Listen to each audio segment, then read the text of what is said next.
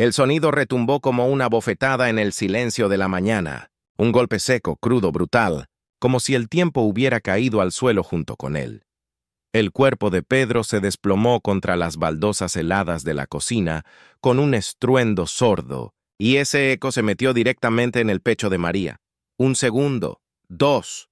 Después, el grito quebrado de Sofía rompió la quietud, agudo como cristal astillado. María salió corriendo, descalza, el suelo duro lacerando sus plantas, sin sentirlo, el corazón golpeando como un martillo dentro de su pecho. La puerta de la cocina estaba entreabierta.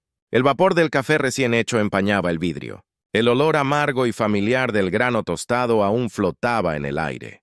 Pero algo lo contaminaba, un matiz denso, metálico, como el miedo cocido a fuego lento. Pedro estaba tendido boca arriba, los ojos vueltos, la comisura de sus labios perlada con una espuma blanca, como si su cuerpo intentara hablar sin voz.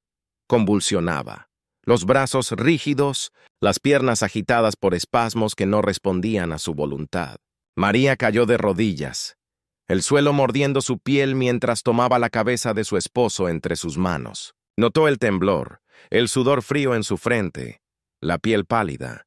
Sentía cómo se le escapaba, como si la vida se filtrara entre sus dedos. «No te mueras, Pedro. Por favor, no nos dejes», susurró con la voz quebrada por el pánico sin saber si hablaba para él o para sí misma. Marcó el número de emergencias.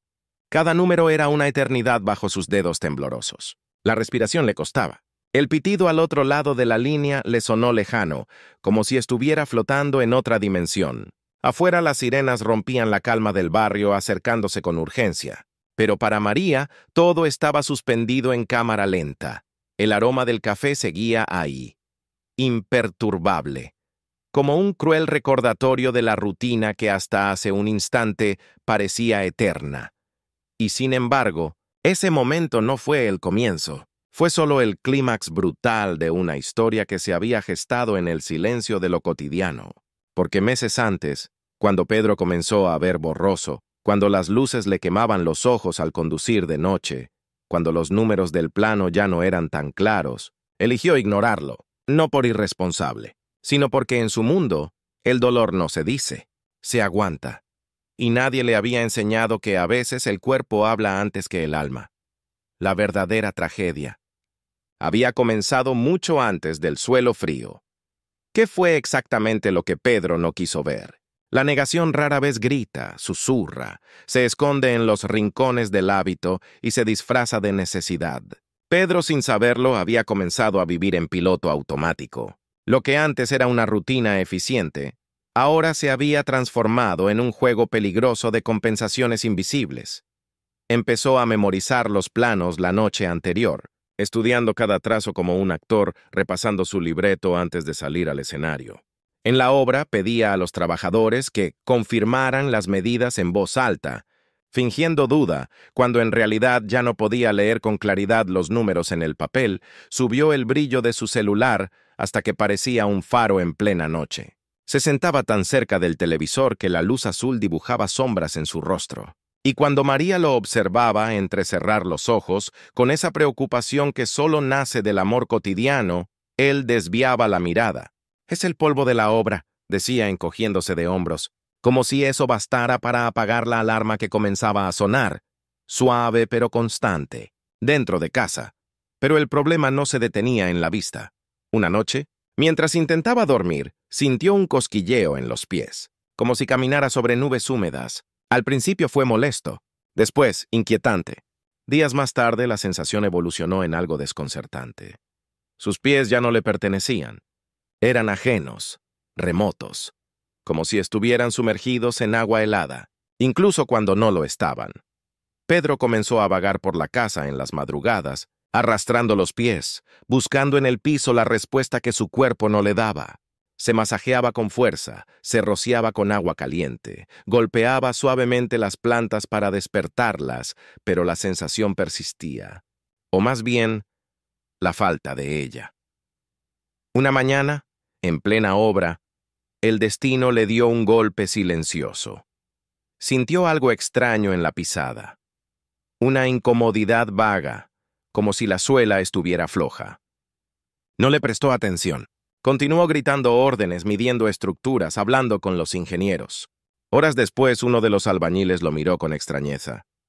«Don Pedro, su bota tiene sangre», se detuvo. Bajó la vista. Una mancha oscura se expandía sobre el cuero agrietado. Se sentó en una viga, con la respiración agitada, y al quitarse la bota, el aire le golpeó con el olor metálico de la sangre rancia. El calcetín estaba empapado, y debajo de él, una herida profunda, abierta como una boca sin palabras, carne expuesta, tejido oscuro, sangre espesa que latía por inercia, pero no había dolor. Eso fue lo que más lo asustó, no sentir. El miedo lo atravesó como un relámpago, pero en lugar de gritarlo, lo apretó en el pecho. «¡Pinche clavo!», murmuró, como si con esa frase pudiera tapar el hueco en su piel y en su alma. Con manos firmes improvisó un vendaje con trapos limpios, apretando hasta cortar la circulación. Luego se puso la bota y siguió trabajando, como si nada, pero algo, muy dentro de él, ya había cambiado. ¿Y esa herida? No solo estaba en el pie. ¿Qué hace un hombre cuando su cuerpo comienza a volverse un desconocido? La herida no era solo física. Era una herida de orgullo, de silencio, de miedo. Pedro la ocultaba como si fuera una vergüenza. Cada noche, cuando el resto dormía, se encerraba en el baño. Levantaba el pie con esfuerzo y observaba. El corte seguía abierto. Una línea negra y brillante que resumaba un líquido espeso con olor dulzón, casi putrefacto. Lo limpiaba con agua oxigenada que burbujeaba como si hirviera. Se mordía el labio para no gritar, aunque no dolía. Lo que le dolía era otra cosa. El hecho de no sanar, de sentirse cada vez más lejos de lo que fue. Se vendaba con gasas que escondía en una caja de herramientas, como si fueran instrumentos prohibidos, y comenzó a evitar a María. Se bañaba en horarios extraños, con la puerta bien cerrada. Se ponía los calcetines antes de que ella lo viera. Rechazaba el roce, los abrazos largos, las miradas detenidas. «Estoy cansado», decía, cada vez con menos emoción en la voz. Una excusa simple, una máscara práctica. Pero ella lo notaba, porque una esposa siempre nota. María insistía, le rogaba, le suplicaba que fueran al médico. Él respondía con frialdad, «Solo quieren sacarte dinero». Y mientras ella se rendía en los intentos, Pedro se volvía farmacéutico de sí mismo. Compraba antibióticos sin receta, amoxicilina, cefalexina, ciprofloxacino. Los tomaba sin horario, sin orden, como quien lanza monedas al pozo y espera milagros. Pero el milagro no llegaba. Lo que sí llegó fue la transformación. Pedro dejó de ser el hombre paciente. Se convirtió en una presencia tensa. Gritaba por cualquier cosa. Por un juguete fuera de lugar. Por la cena fría. Por un silencio mal interpretado. Su mirada, antes tierna, se volvió opaca. Y su voz, áspera como el papel de lija. El agotamiento se lo tragaba. A las 8 de la noche, ya roncaba en el sillón, con la boca abierta y los brazos cruzados. Sofía cenaba en silencio. María lo miraba desde la cocina, con los ojos aguados, como si la distancia entre ellos ya no se midiera en metros, sino en ausencia. Su sangre era un caos. 80 miligramos por decilitro al amanecer, con temblores y un sudor frío que empapaba la almohada. Por la tarde más de 350. Sed voraz, boca seca, visión empañada. El cuerpo era un campo de batalla donde la insulina no alcanzaba y la glucosa reinaba como un tirano. Pero Pedro no lo aceptaba. Seguía caminando como si nada, fingiendo, disfrazando la derrota con coraje. Y cada día perdía un poco más de sí mismo. ¿Hasta cuándo puede resistir un cuerpo y un alma antes de colapsar por completo? El ulular de la ambulancia rompió el aire como un cuchillo afilado. Pero para María, cada segundo hasta que llegaron fue una eternidad líquida, espesa, irrespirable. El rostro de Pedro, lívido, empapado en sudor, era un lienzo de urgencia. Los paramédicos entraron como ráfagas de viento frío, con manos entrenadas y gestos automáticos. Pero lo que para ellos era rutina, para ella era una pesadilla apenas comenzando. «Hipoglucemia severa», dijo uno, mientras insertaba una aguja en la vena de Pedro y empujaba la jeringa con glucosa como quien devuelve la vida a la fuerza. Sofía temblaba en brazos de su madre, los ojos hinchados, los dedos clavados en su blusa. María no hablaba, solo respiraba entrecortado. como si temiera que una palabra equivocada pudiera detener el corazón de su esposo para siempre. En el hospital, las luces fluorescentes no perdonan. Son como verdades crudas, blancas, frías, despiadadas. Pedro, aún semi-inconsciente, fue rodeado por monitores, goteos, médicos que hablaban entre sí en códigos veloces. Pero fue en la sala de espera donde llegó la verdadera sentencia. El doctor Ramírez apareció con un portapapeles y una mirada que no se oculta detrás de la experiencia. Era un hombre grande, de voz grave, acostumbrado a dar malas noticias sin rodeos. Y no los dio. «Señora María, su esposo está al borde del colapso total». Las palabras no encontraron resistencia, solo un silencio que se hizo denso como plomo. Tiene retinopatía diabética avanzada. La vista, los vasos sanguíneos de sus ojos están dañados de forma irreversible. María se aferró al respaldo de la silla. No sabía si era el suelo o su cuerpo lo que temblaba. La neuropatía en sus extremidades es severa. Y esa herida en el pie. Hizo una pausa, bajando la mirada hacia los estudios. Muestra signos iniciales de gangrena. Silencio. Si hubiera esperado más tiempo, estaríamos hablando de amputación. María se cubrió la boca con ambas manos. Un gemido roto escapó por sus dedos. Sofía, de pie a su lado, se encogió como una flor en invierno, enterrando el rostro en su cintura. Su esposo está perdiendo la vista, señora. Y si no actuamos ya, también puede perder las piernas. Las palabras no rebotaban. Se quedaban flotando, suspendidas en la atmósfera clínica, como cuchillas sin destino. María apenas podía respirar. El techo blanco, las paredes limpias, todo parecía moverse con lentitud. Del otro lado de la cortina, Pedro lo escuchó todo. Y fue ahí, tendido en una cama que ya no le pertenecía, con los brazos conectados a sueros y la cara aún húmeda, donde las lágrimas comenzaron a brotar. No fue dolor lo que lo hizo llorar. Fue otra cosa, más antigua, más visceral. Fue el terror de entender, por fin, que su silencio, su negación, su todo está bien. Casi les había costado todo. ¿Cómo se enfrenta un hombre a la verdad, cuando ya no tiene cómo esconderse de ella? La habitación olía a desinfectante y resignación. En ese cuarto blanco, con persianas cerradas y murmullos apagados por las paredes, Pedro bajó la guardia por primera vez. Se sentía frágil, roto por dentro, como una estructura que ha sostenido demasiado peso durante años. Y al fin cede. «Perdóname, María», dijo apenas audible. «Yo tenía miedo de que pensaras que ya no servía, que era un estorbo».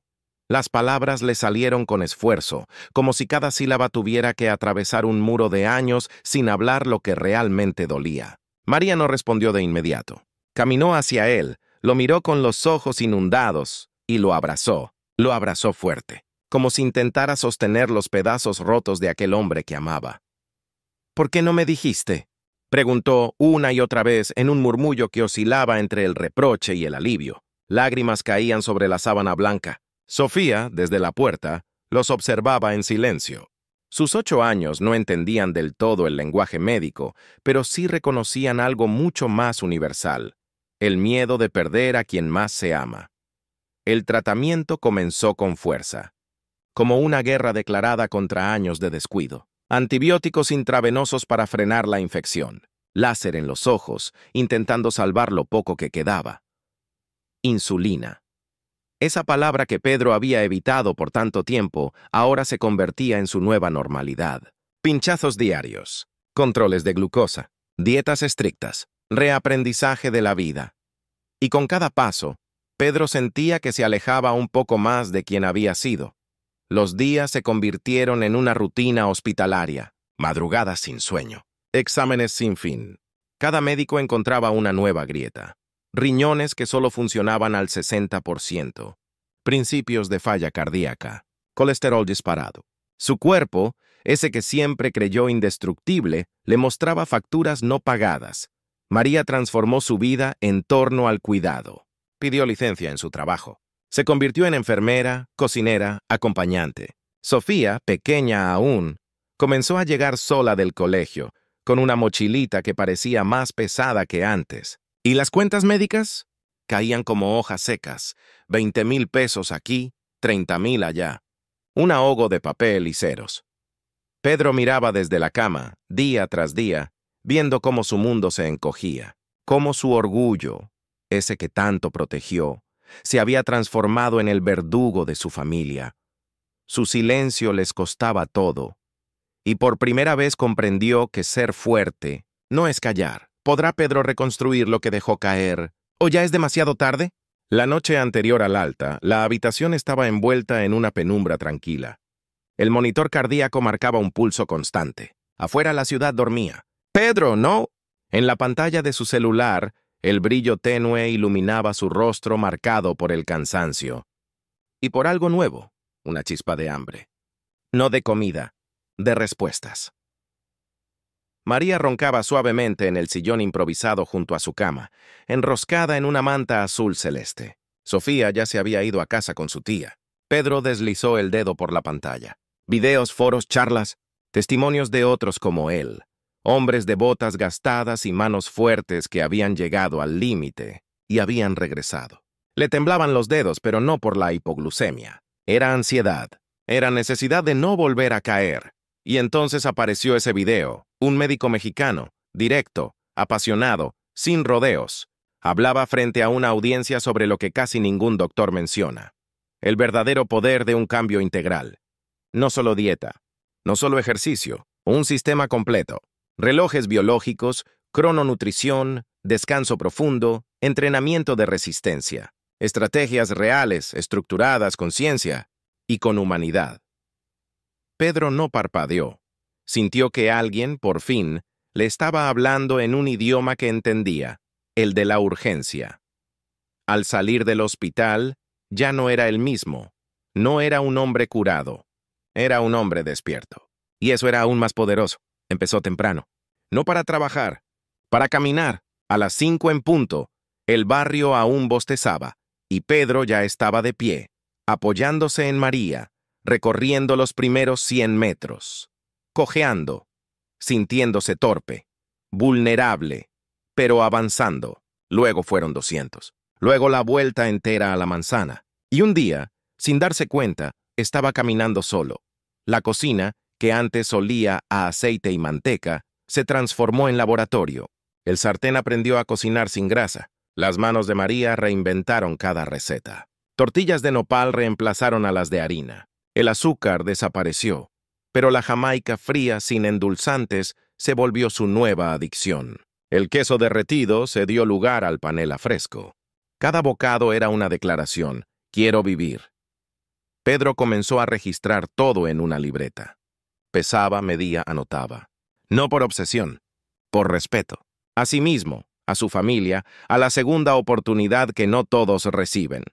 Y los números empezaron a hablar un nuevo idioma. 220 miligramos por decilitro, luego 180, luego 150. Cada descenso era una victoria silenciosa.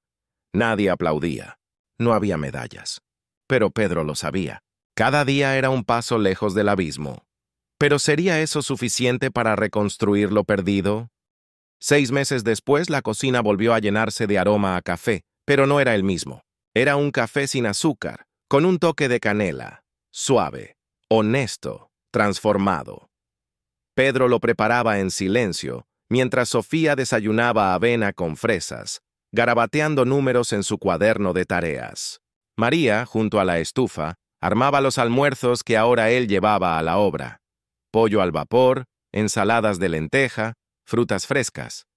El reloj marcaba las 6:30, pero la escena tenía otro ritmo, uno más pausado, más vivo. Había vuelto al trabajo, con lentes especiales que le ayudaban a enfocar lo poco que aún podía ver, con zapatos ortopédicos diseñados para proteger los pies que, milagrosamente, había conservado. La herida había cerrado, dejando una cicatriz larga, vertical, que no le dolía, pero que le hablaba cada mañana. Sus niveles de glucosa se mantenían entre 90 y 120 miligramos por decilitro. Sus médicos lo llamaban el milagro de Pedro, pero él sabía que no había milagro. Había trabajo, había disciplina y, sobre todo, había humildad. Por eso, en las tardes, Pedro ya no iba solo a supervisar obras. Iba como voluntario de una asociación local de diabéticos. Llevaba un glucómetro en la mochila. Durante los almuerzos se sentaba entre los obreros, les mostraba su cicatriz, les hablaba sin adornos. Si sienten hormigueo, si ven borroso, si tienen sed todo el tiempo, no se esperen, compas. Los miraba a los ojos, sin pena. Con fuerza, María y Sofía a veces lo acompañaban. Ya no eran la misma familia, eran una unidad reconstruida, más frágil, pero más firme. Habían atravesado una tormenta juntos, y seguían caminando. Pedro había comprendido que la verdadera fortaleza no es resistir en silencio, es reconocer cuando uno necesita ser sostenido. Mientras servía el café, besaba la frente de María, y escuchaba a Sofía reír, pensaba en todos los hombres como él, los que callan, los que creen que no pasa nada, los que se tragan el miedo y lo disfrazan de valentía. Si tan solo alguien les dijera la verdad a tiempo, si tan solo compartieran una historia como esta. Tal vez hoy sea ese día. Tal vez tú, que estás viendo esto, conoces a alguien que está en la cuerda floja sin saberlo. Tal vez sea momento de hablar, porque una historia a tiempo puede valer más que 1000 medicamentos, puede valer una vida entera.